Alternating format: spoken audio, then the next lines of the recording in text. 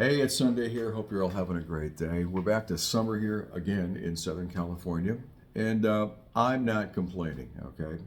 Anyway, I want to talk. I was going to do an entirely different lesson today, but I thought let's get back to and just keep it on basics, okay?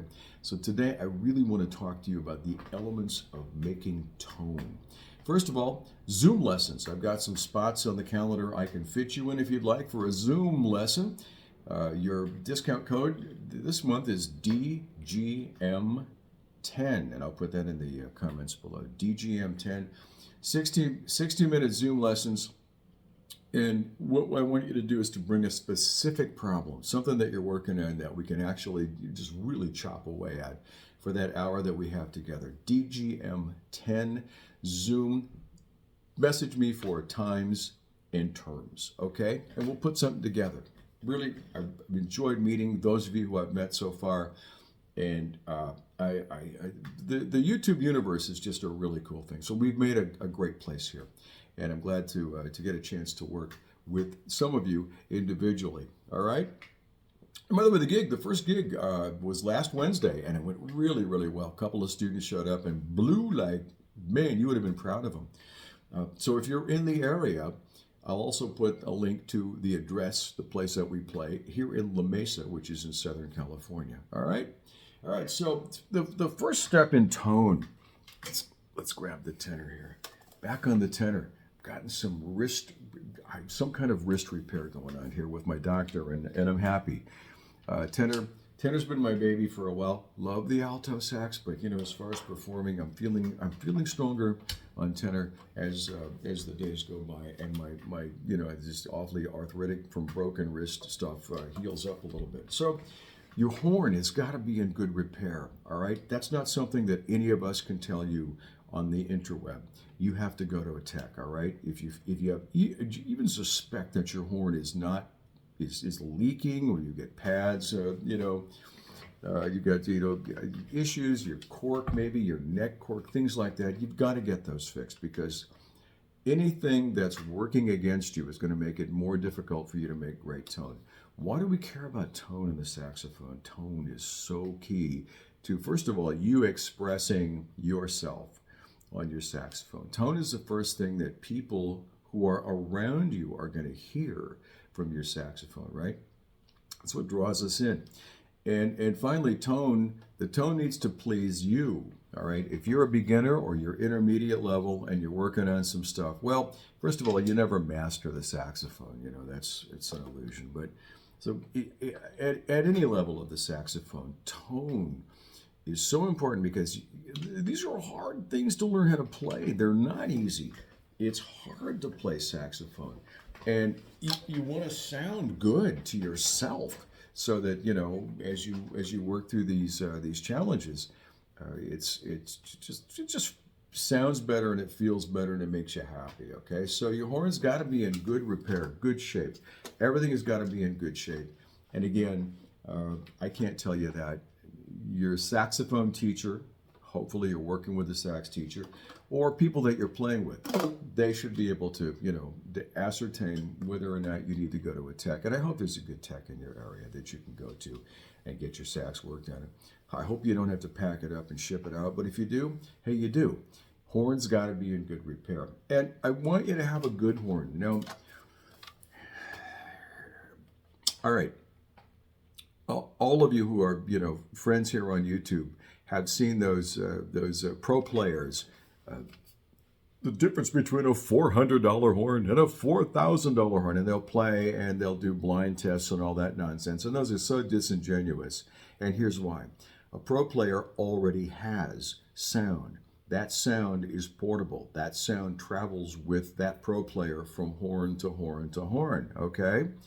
A pro player is going to be able to make a junk horn sound way better than a beginning saxophone player. I've had so many beginning horn players show up on my front porch with a $200 Amazon horn, or a $275 or whatever they are, and they're horrific. They're really hard to make sound good. They might look cool because they're green, or they're purple, or they're black, or whatever, but they don't sound. They have intonation issues. They have the key reaches that, just things just aren't working. And they had to cut a lot of corners to make those horns profitable at 275, which they did. You don't want one of those. Save up and spend a little bit more. Now, you don't. Do you have to spend $5,000 on it? No, of course not. You don't have to do that at all. But you do need to spend a little bit more to get a good horn, or perhaps you'll find a good used horn that's available through any of the. There's a lot of places that you can look. eBay, Reverb.com. A lot of places sell good used horns. But again, you want to have a tech check it out, and you want to make sure that you've got a return policy if there's a used horn thing going on.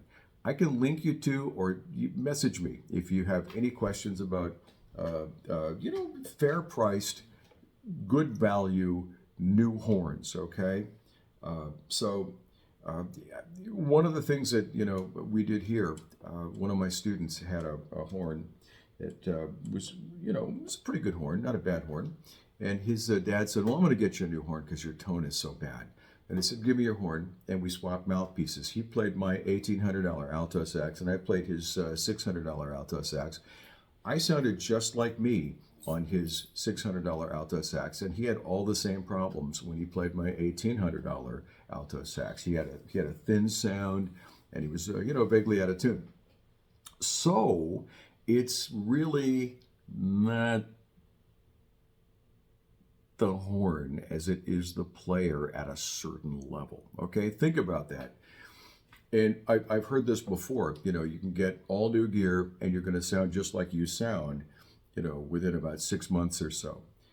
And I think that's true. So your horn, get one that works for you, and make sure that you spend a little bit more than, just if you have to save up, save up. You'll be happier in the long run, okay? All right, that's my rant. Those pro player tests are so disingenuous. The buzzer, all right, the mouthpiece, all right, this is the thing that makes sound. This is the sound generator, nothing else. This is it right here. And essentially, those of you who started out with a horn, the horn came with a mouthpiece, right? An entry level mouthpiece, as it were, and they're technically one size fits all. Maybe they have tip openings can be a baffling world to get into as well, especially if you're new at this. All mouthpieces are designed to do a certain job. Every mouthpiece does a job. It can produce altissimo tones, or it can sound like like louder rock and roll sound, a smoky or darker jazz sound, a closed concert band sound. Okay, but let's just work past all of that right now and just assume you've got a good mouthpiece. The one that came with a horn is just fine. And it's got a good ligature. By a good ligature, I mean, the screws tighten, they all work. And the reed, all right? Your reed is important. You're not going to play the reeds that the manufacturer supplied you with. No. Those go into the scrap pile. You'll start fires with those, campfires. Use those for that purpose. Don't play those. Some of the worst reeds I've ever seen in my life have come with some of those off-brand horns, And again, the off-brand horns are not all bad, but they're not. You could get a better place to start. So I'd like you to go and shop with the better reed manufacturers: Van Doren, D'Addario, Rico, and again, I don't. There are a host of great reeds. Get yourself a good set of reeds. In fact, sometimes you can buy those triple packs or the quadruple packs that'll let you try out some of the different flavors that these reed manufacturers make. I would suggest you do that, but go small. There is the number of the reed. If you haven't figured this out already, the smaller the number, the more flex in the reed. The bigger the number, the less flex in the reed.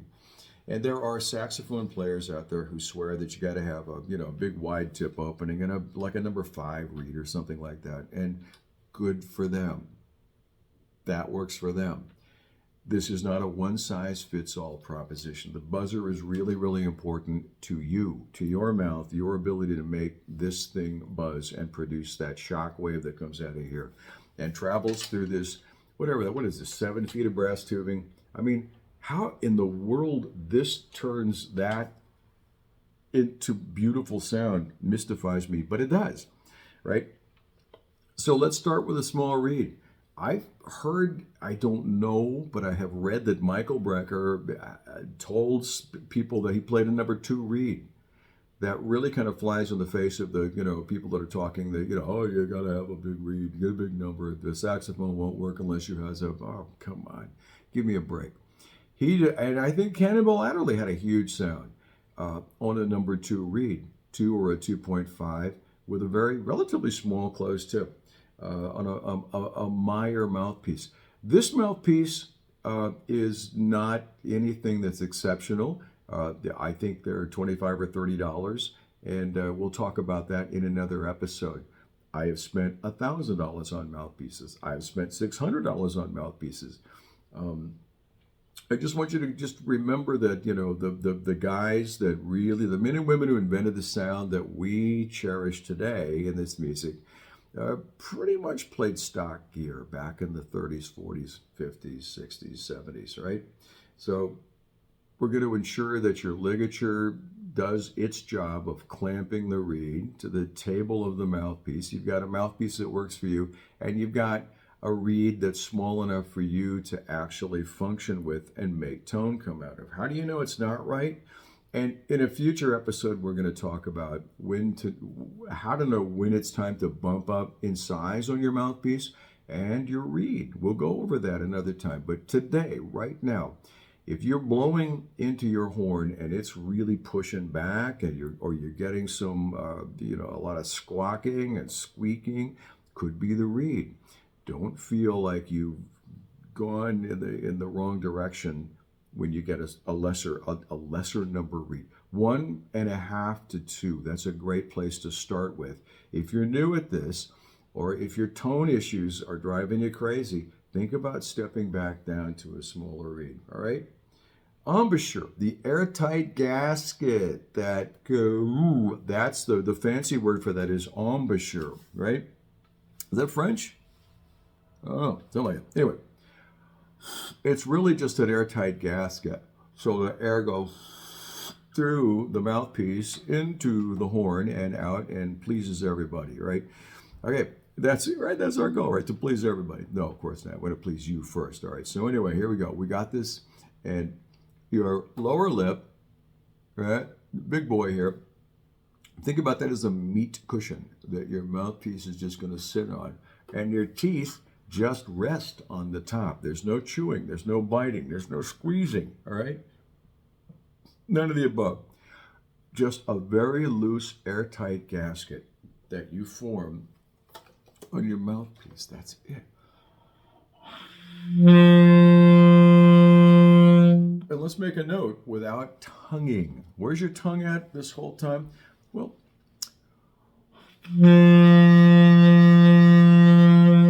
it's just kind of laying on the bottom of your mouth. It's relaxed and it's happy, and it's just laying down there. And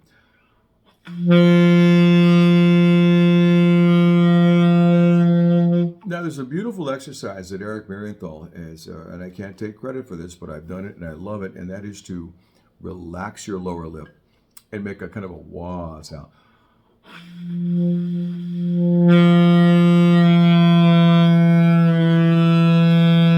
Right? Feel that, you hear that note just sort of drop a little bit. Now we're going to bring it back into tune with the force of your wind. That's what's left here is air, right? Tone is a function of the quality and the amount of the air that you will put into your horn. So you fill up your person with as much air as possible. Now everybody says diaphragm this, diaphragm that. Let's not get into a discussion of biology today. All right, let's just use those muscles that you used to do those sit-ups you did this morning. You did 100, right? Those muscles, your stomach muscles, the wall of gut, will push that air back out. And I want you to use that. I want you to think about that.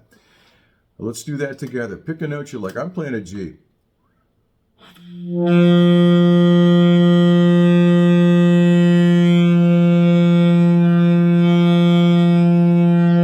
I'm using my stomach to push that air up and out of my, whatever the thorax, chest, whatever it is.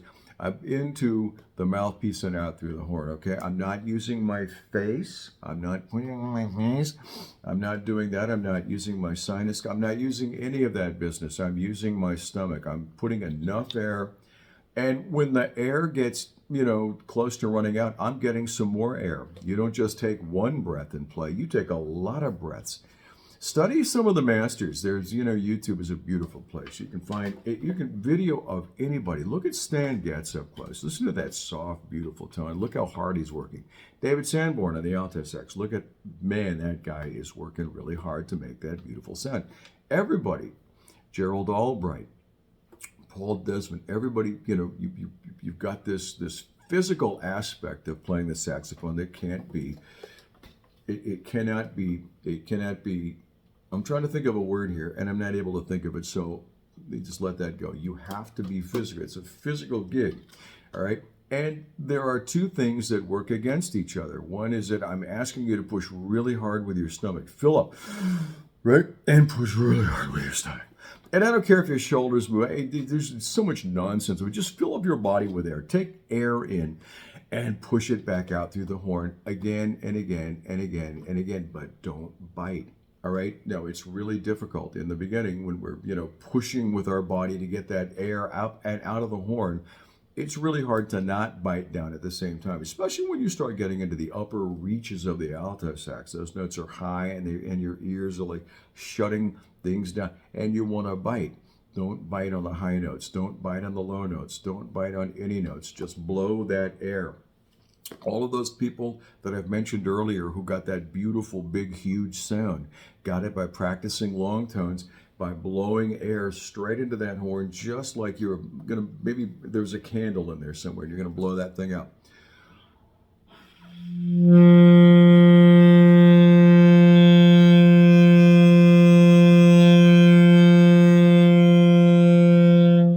That's what you're going to do. Soft to loud to soft. Now, don't do that with just into the air. Why don't you get yourself, not just a tuner, maybe a tone generator, or look up drones, D-R-O-N-E. You'll find, I like to use the cello drones. They're all over YouTube, and they're in every possible key. And you can play along with those, right? And you can move around in that key, in that scale, and work on intonation at the same time with your two best tuners. They're right here. I mean, a lot of us use a tuner, which is tuning with our eyes. I prefer that you tune with your ears, okay? So let's do all that. If you have any questions, reach out to me at davegoodsax@gmail.com. davegoodsax@gmail.com. I have a couple of spots left on the schedule for Zoom lessons. Your discount code this month is DGM10. More info at davegoodsax@gmail.com. Let's work on tone together. If you do these exercises every day for the next 6 days, right? And I mean, spend, oh, there was one last thing I was going to tell you, but if you spend, how about at least 5, 10, if you can go, 15 minutes a day. I know it's, if you're new at this, it's going to be maybe a little bit hard, but put all these things into play, and by the 7th day, you will have some sound that's coming out of your horn that you'll really enjoy, and it'll be a little bit better.